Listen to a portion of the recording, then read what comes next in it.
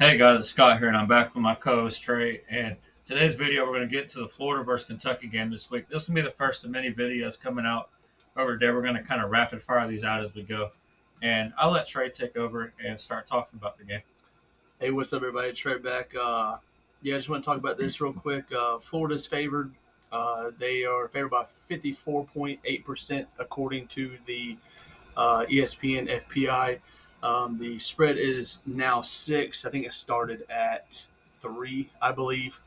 Uh, for Kentucky, no Chris Rodriguez again. They're going to go with Cavassier Smoke. Kentucky struggled against Miami of Ohio last week. In the second half, they kind of turned it up, but that's what you expect from Kentucky against Miami of Ohio. Um, they're going to be without their backup running back Jefferson. He tore his ACL, so they're going to be pretty thin at that running back position. So I think they're going to have to rely a lot on Will Levis. Um, I think it's going to be a really good game. Another night game in the swamp. It's going to be rocking. It's going to be loud. Um, what do you think about this game? I think after Kentucky's Week 1 performance, they are really going to be up against this game if they bring that same effort back into the swamp. Because I mean, look at this: 26 carries for 50 yards against Miami of Ohio. You're an SEC caliber team. That is not very good. And look at Miami's defense: 4 sacks against Kentucky's line. Kentucky's line is kind of in a rebuild mode, but still against a team like Miami of Ohio, you got to assert yourself a little bit better than that. And talking about the Florida Utah, I'm gonna let Trey talk about this. This was a as bad as Kentucky was. I think he was impressed with how good Florida was. Yeah, I was at this game, and let me tell you, they looked like a completely different team than last year. They were able to run the ball at will against Utah. Their first drive, they were marching down the field. They were inside the 30 before they had the untimely fumble. If they go down and punch Utah in the mouth right there, I think this is a different game. I don't think it's nearly as close, but they ended up getting the win. Um, Anthony Richardson looked like a man amongst boys that night. I just really think Kentucky's going to be up against it Saturday night. It's not looking too great for them come Saturday night. Going back to the last video, we talked about Florida versus Utah. We never said Florida was lacking talent. We just questioned which Florida team was going to show up, and obviously the team that with the talent, showed up and played like it. And Rich and I agree. He looked like a man out there. 3 rushing touchdowns. He didn't get one through the air, but he still looked very impressive. They didn't really have many drives that stalled that I can think of. Maybe one that they had to punt. There was a couple untimely fumbles like ETN in the fourth quarter. I think the whole stadium, you probably hear a pin drop the moment he fumbled that football, but luckily he got back on it. But hopefully they'll clear that up in practice. And how do you rate their performance? Do you think Utah is that good, or you think Florida stepped up? Or, where do you rate the performance from Week 1 in that game? No, I still think Utah is one of the top 10 or 15 teams in the country. I think they were just ready to go. I think Billy Napier had them ready to go, and I think he's going to have them ready to go against Kentucky again.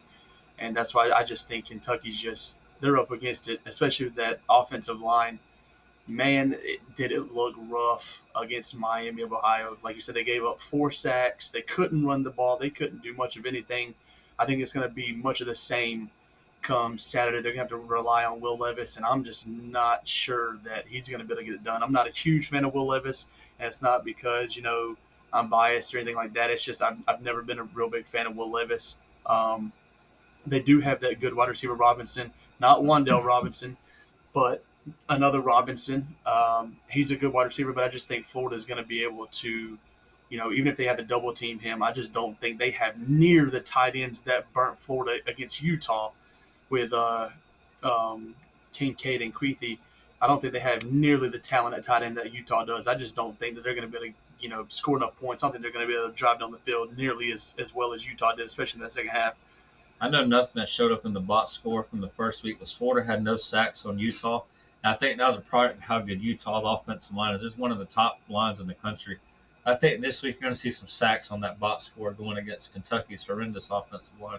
Yeah, I think Brenton Cox and Gervin Dexter, Prince Emmanuel, I think a lot of them guys are going to get going, and I think there's going to be a few sacks. I just don't think that offensive line is nowhere near ready for SEC play. So prediction time.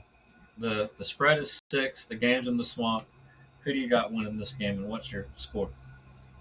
As time goes on, the more I look at it, the more I think about it.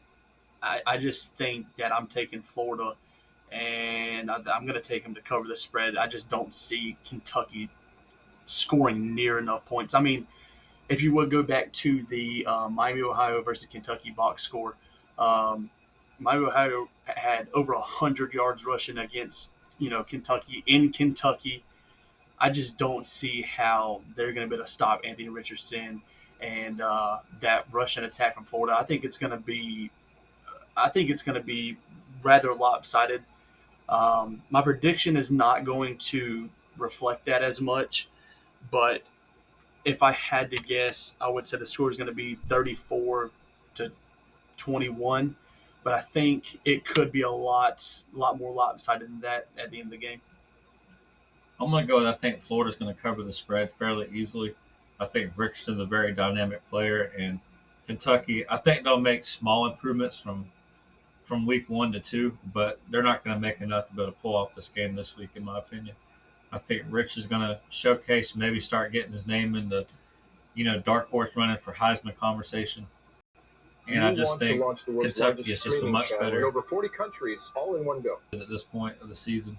And I think that's going to show. Even if you flip the venue to Kentucky, I still think Florida will win this game. I was impressed with Napier getting the team ready for, week 1. You kind of worried about that effort after, the way they showed up, to end the season after the Alabama game. But they look like they're, ready to fire at all cylinders. The talent's obviously still there. So I'm taking Florida to win 34-17. I think Kentucky can get a little bit better offensive effort, but not going to be enough to pull this one out. Yeah, and just to reiterate, Kentucky, I agree. I think they will get a little bit better, but you're going to have to get a lot better to go from the way they performed against Miami of Ohio to play in the swamp at night against the Gators. You're going to have to improve a lot, and I just don't see it happening over 1 week. Well, that's it for this game, guys. Thanks for watching. We'll have plenty more videos for the big game this week coming.